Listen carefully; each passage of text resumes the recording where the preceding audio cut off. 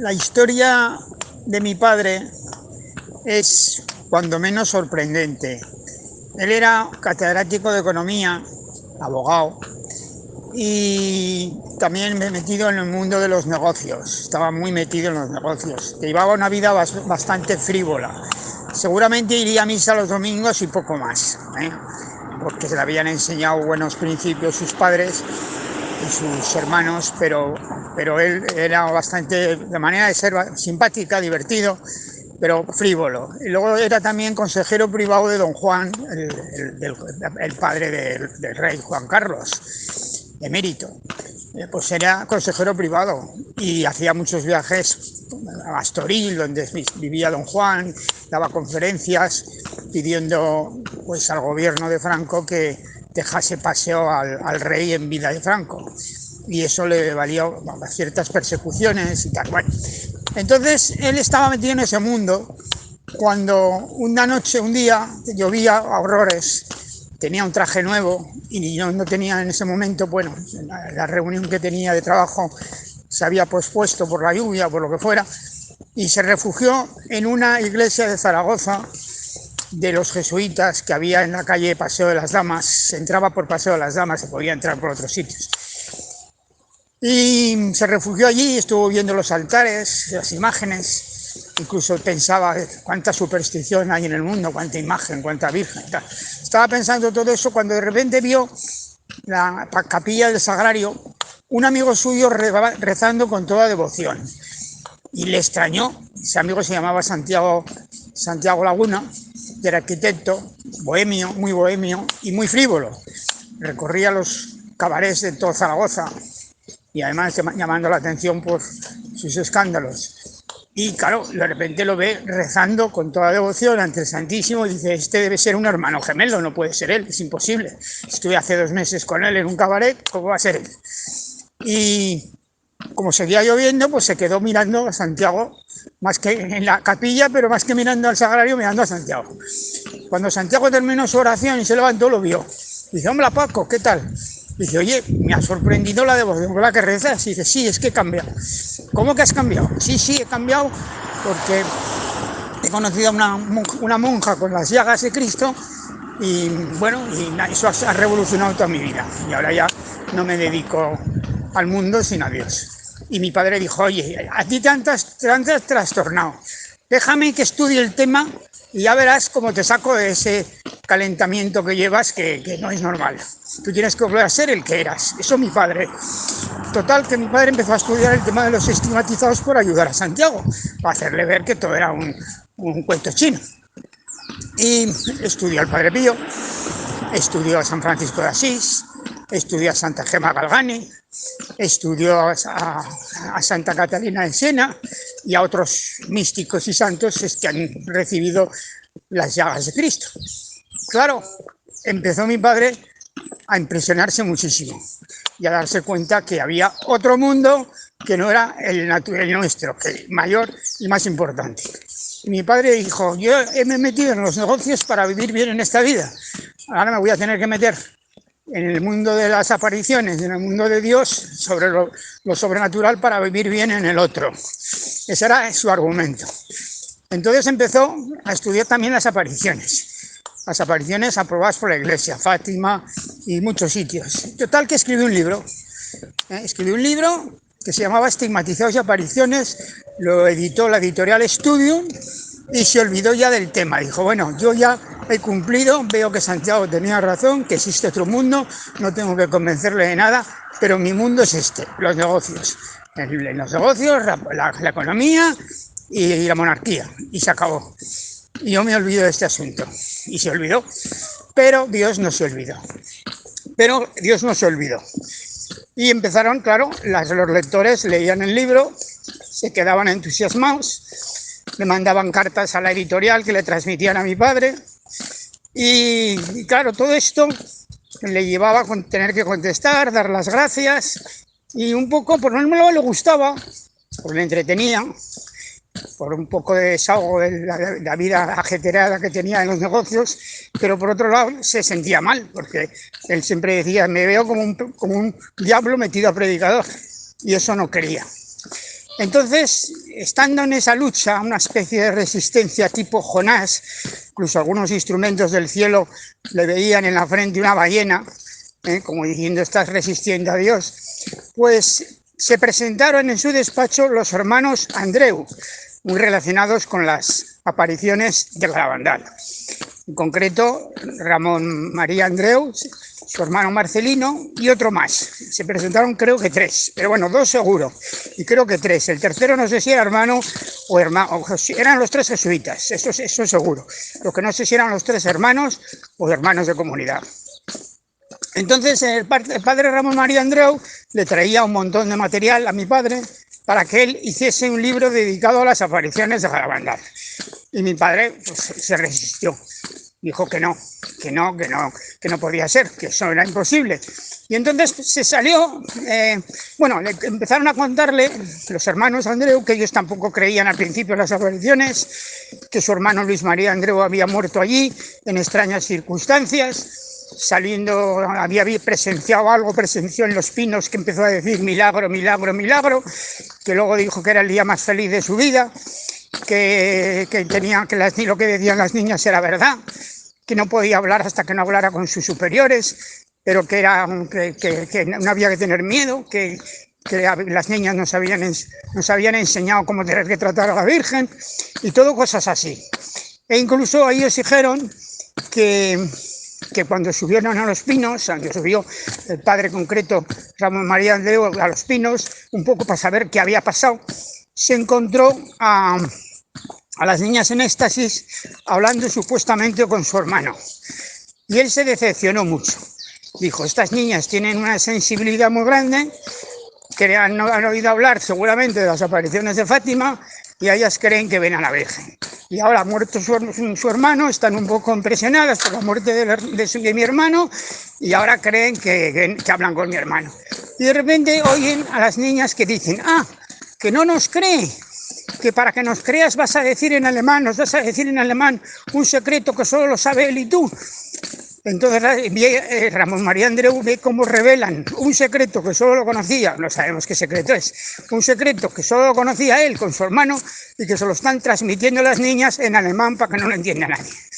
Entonces, claro, se quedó muy impresionado, empezó a estudiar las apariciones, vio que eran verdaderas y decidió que el más indicado para escribirlas era un hombre de negocios como mi padre.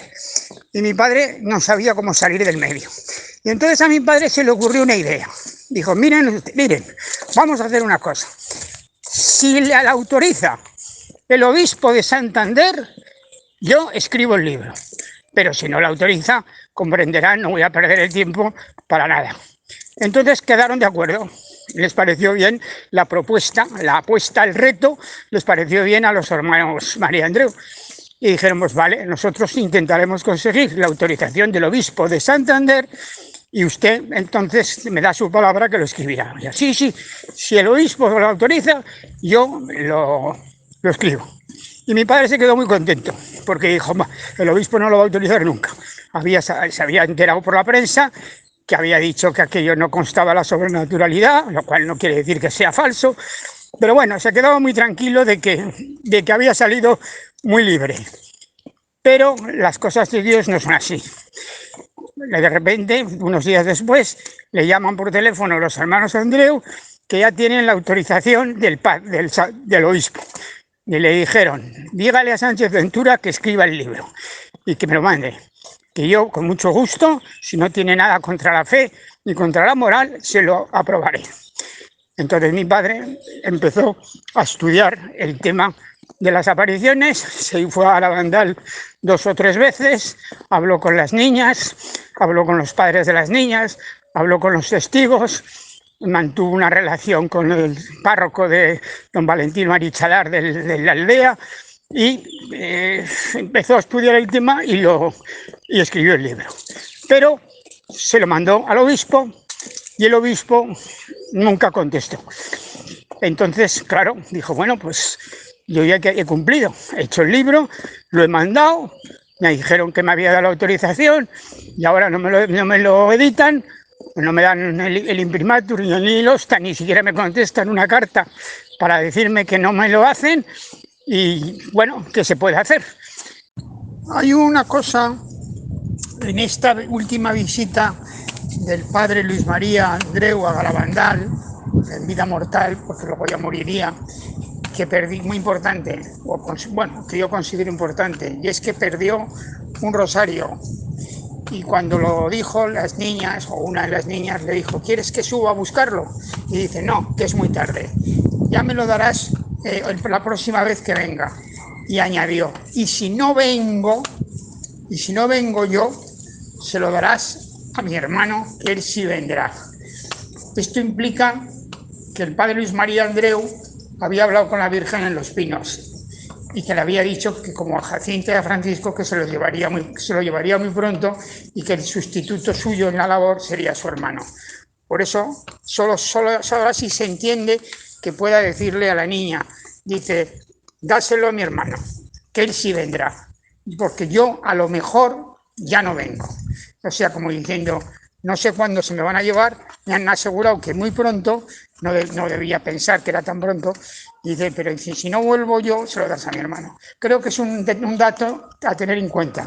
Que nos quedamos en que mi padre escribió el libro con toda clase de documentación y fotografías y se lo envió al obispo de Santander, el cual nunca contestó. Entonces, el director espiritual, en funciones, me atrevería a decir, de Conchita González, la vidente principal de las apariciones, le dijo a mi padre que su obispo era el de Zaragoza y que porque no probaba el enviar el manuscrito del libro al obispo de Zaragoza. Entonces mi padre así lo hizo, siguiendo el consejo del padre Luna, del padre Luis María o Luis Mariano Luna, no recuerdo el nombre concreto, sí que el apellido era Luna, le envió el manuscrito. El obispo se llamaba Cantero Cuadrado y era muy amigo de la familia de mi padre. Concretamente había estado en casa de mis abuelos muchas veces. Mi padre siempre comentaba que la primera vez que vino el obispo a ver a mi abuelo, que mi abuelo era alcalde de Zaragoza, pues mi abuelo no estaba y lo recibió mi abuela con mucho apuro y lo pasó al salón y en el salón estaba mi padre haciendo el pino, o sea, recibió al obispo con la cabeza baja y los pies arriba y claro, mi abuela se quedó toda preocupada de la imagen que había dado mi padre ante el señor obispo y el obispo se rió mucho, se lo pasó muy bien con mi padre y luego se sentó en el salón. Mi padre se fue y apareció la muchacha con un niño pequeño, que era mi tío Jesús, apareció sin saber que estaba el obispo gritando, ¡este niño se va a condenar! Y entonces mi abuela le dijo, ahora no, que estoy con una visita. Y entonces el obispo, muy interesado, dijo, ¿por qué? ¿Por qué se va a condenar el niño? Y dice, porque me ha pedido otra rodaja de chorizo. O sea, con esto quiero decir que el obispo recibió a mi padre con mucha alegría. Acogió el manuscrito y le dijo que se leería el libro con mucho gusto y más procediendo de él y que lo censuraría y le daría el imprimatur. Pero le dijo una cosa muy importante, el tajín de Dios. Tajín es una palabra griega, significa de repente. Le dice, he oído que la Virgen, después de mucho tiempo, le ha anunciado a Conchita una nueva aparición para el 18 de junio de 1965. Sería conveniente esperar a ese día. No nos precipitemos. ¿Usted pensaba ir a Garabandal? Y dice, pues no lo había pensado, porque tengo una agenda muy ajetreada, le dijo mi padre. Pues debería meter en su agenda ese día. Debería ir y además ir en mi nombre, de tal forma que usted me trae el mensaje. Analizamos el mensaje que vaya a dar la Virgen y según lo que veamos, aprobamos el libro o no. No sea que aprobemos el libro y luego el mensaje diga una barbaridad y quedemos aquí todos mal. Y a mi padre le pareció esa propuesta muy providencial. Así que así lo hicieron, esperaron al día del mensaje. El día del mensaje fue un día tremendo, porque había mucha gente. La niña Conchita, antes de tener la aparición, tenía unas llamadas. Era una llamada que, como lo explica en el libro, pues la primera llamada decía Conchita ven, o Conchita, perdón, la primera llamada Conchita, o Jacinta, lo explica con Jacinta, pero es lo mismo. La primera llamaba por el nombre. La segunda llamada decía Conchita, ven, o Conchita, corre. Y la tercera me decía, Conchita, corre, corre, corre. Yo siempre he pensado aquí que está puesta la Santísima Trinidad. La primera te llama por el nombre, es el Padre, Conchita. La segunda es el sígueme, Conchita, ven. Y la tercera es el Espíritu Santo, Conchita, corre, corre, corre. Desde la primera llamada a la segunda pasa bastante tiempo. De la segunda a la tercera es media hora y de la tercera a la aparición es inmediato. En el momento que reciben la tercera llamada, la niña cae en éxtasis, sale a toda velocidad por las carreteras, por la calleja, y allí se planta como si le cegaran las piernas, se plantan de rodillas e invoca pues a Dios y al mensaje. Entonces la gente estaba muy preocupada porque no había llamadas. Eran ya las 8 de la tarde, había un baile, dijeron que la Virgen seguramente estaría enfadada y que por eso no nos iba a aparecer. Y Conchita muy tranquila decía, con baile o sin baile, la Virgen vendrá. Y efectivamente, ya mucha gente se marchó diciendo esto es un camelo, aquí no pasa nada, nos han engañado, nos han tomado el pelo, las apariciones son falsas, y la gente se iba marchando. Y cuando ya llegaba casi las 12 de la noche, incluso creo que las 10 de la noche, fue la primera llamada. Después ya vino la segunda y un poco antes del día siguiente, pues vino la tercera y fue el mensaje. El mensaje es tremendo. La Virgen no se atrevió a bajar y mandó al arcángel San Miguel porque le daba pena contar el mensaje. Mi padre siempre decía que esa es una delicadeza de la Virgen, que desconfiáramos de las personas que les gustaba dar malas noticias. La Virgen no quiere dar malas noticias y manda al arcángel San Miguel para que nos avise. El mensaje son como rayos, son realmente saetas, dardos divinos, en el que quizás la frase más fuerte, que más se nos ha quedado grabada, es la de sacerdotes, obispos y cardenales van por el camino de la perdición y arrastran con ellos a muchas más almas. Conchita salió del éxtasis, le entregó el mensaje a mi padre y mi padre se lo bajó al obispo.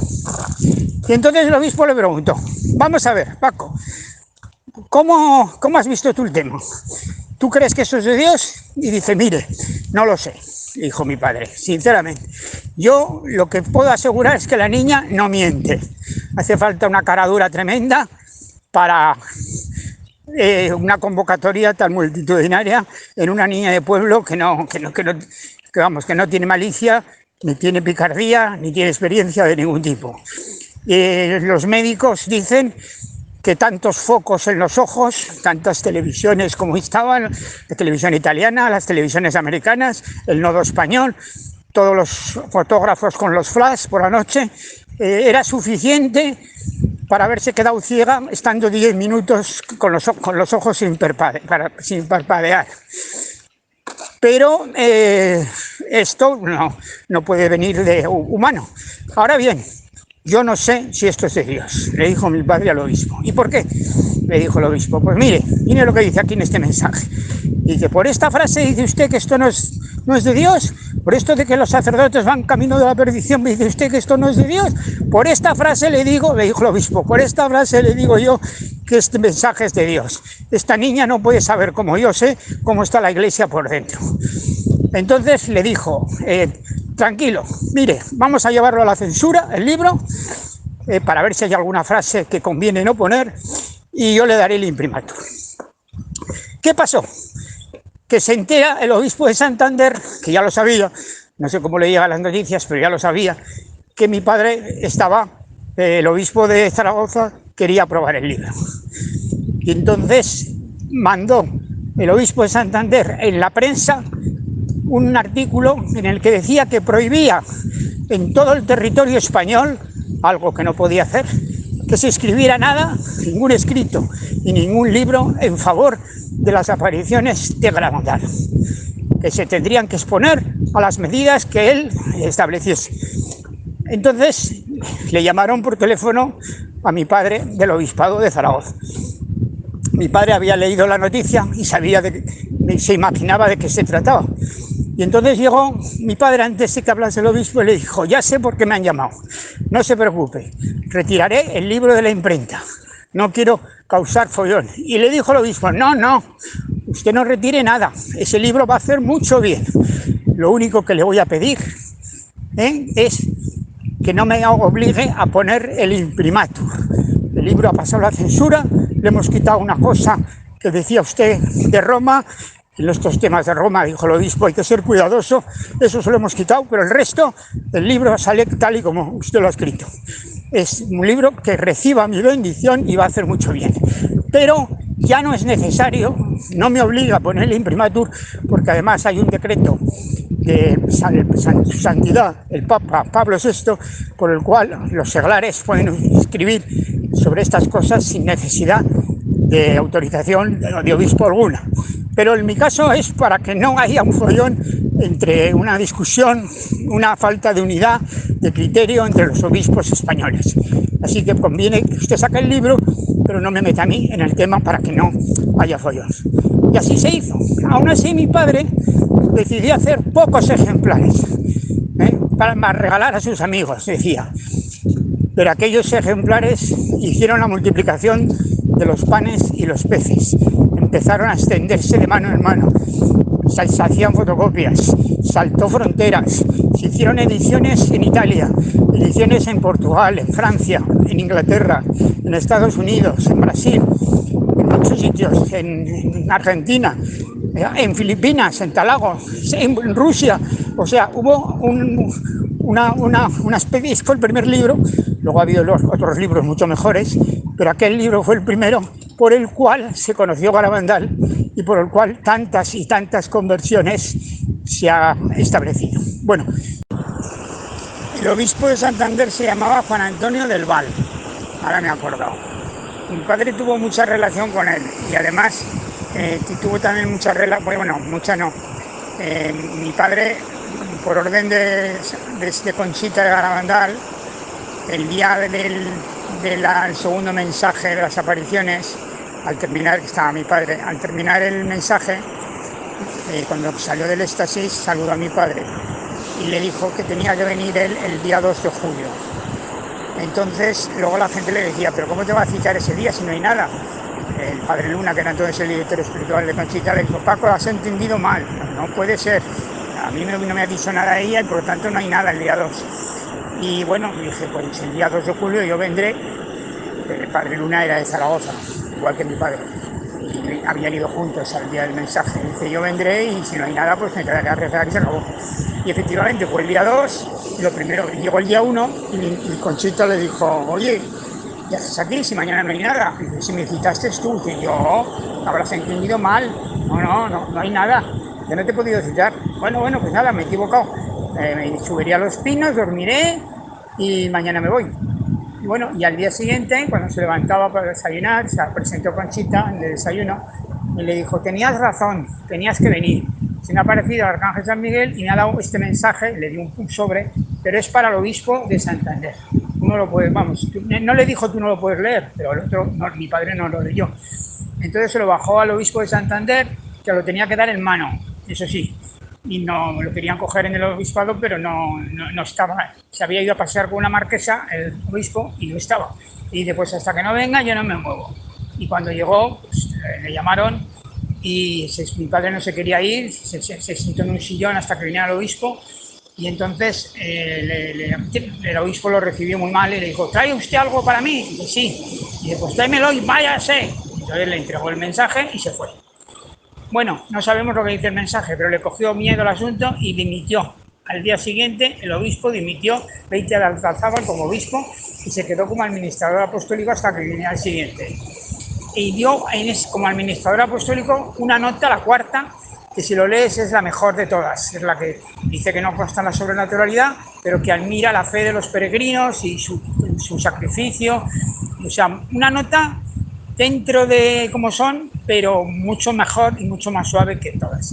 Mi padre siempre tenía curiosidad por saber lo que decía el mensaje y le preguntaba a Conchita, y Conchita me dijo: es que no sé si hago bien decírtelo. Dice: bueno, ¿pero te lo ha prohibido la Virgen? No me han dicho nada, pero es que no sé, es que es una cosa que es para el obispo, no sé por qué te la tengo que decir a ti. Y al final le dijo, bueno, va, pues vente a Pamplona, que era donde estaba la Virgen, ahí donde estaba Conchita, vente a Pamplona y te lo cuento. Y al llegar mi padre a Pamplona, le dice, lo he consultado con el capellán de las monjas y con mi director espiritual, y me dicen que si el mensaje era para Sánchez, no era para el obispo, y el obispo no es Sánchez de Ventura, que no tienen por qué dármelo. Entonces dije, hombre, ahora que he venido hasta aquí, por lo menos dime de qué se trata. Y le dijo, bueno, es una advertencia muy seria contra los obispos que no se tomen con las debidas respeto y consideración las apariciones de Galagala. O sea, se puede no creer, pero no hacer burla y chanza de ellas. Entonces, mi padre se quedó con esa copla. Y cuando a poco tiempo empezaron las negaciones de las niñas y todo eso, y apareció un obispo que se llamaba Puchol, que dijo que las apariciones habían sido un juego de niñas. Bueno, pues ese mismo obispo, 2 meses después de esa declaración, viniendo del Valle de los Caídos de una reunión de obispos, su coche incomprensiblemente empezó a dar vueltas de campana, murió el obispo y el acompañante, Agapito, el secretario, que era creyente bajo mano como Nicodemo de las apariciones, no le pasó absolutamente nada. Esto, lo que decía mi padre, es un castigo aparente para decir que de las apariciones no hay que reírse. Pero te voy a decir una cosa, que eso me pasó a mí. Yo viví en Santander 4 años y estuve en la catedral. Ahí están las tumbas de los obispos, de Beitialdazábal, de Juan Antonio del Val y de Puchol. Estuve rezando en la tumba de Juan Antonio del Val. Estuve rezando en la tumba de Beitialdazábal, que por cierto sentí que lo quería mucho el Señor, a pesar de que a mi padre lo trató un poco mal por lo que le pasó. Y cuando fui a la tumba de Puchol, quise rezar y no pude. No pude rezar. Yo quería y no podía. Y eso mismo que te estoy contando yo le ha pasado a otra persona más que conozco. O sea, no somos los únicos, no soy el único.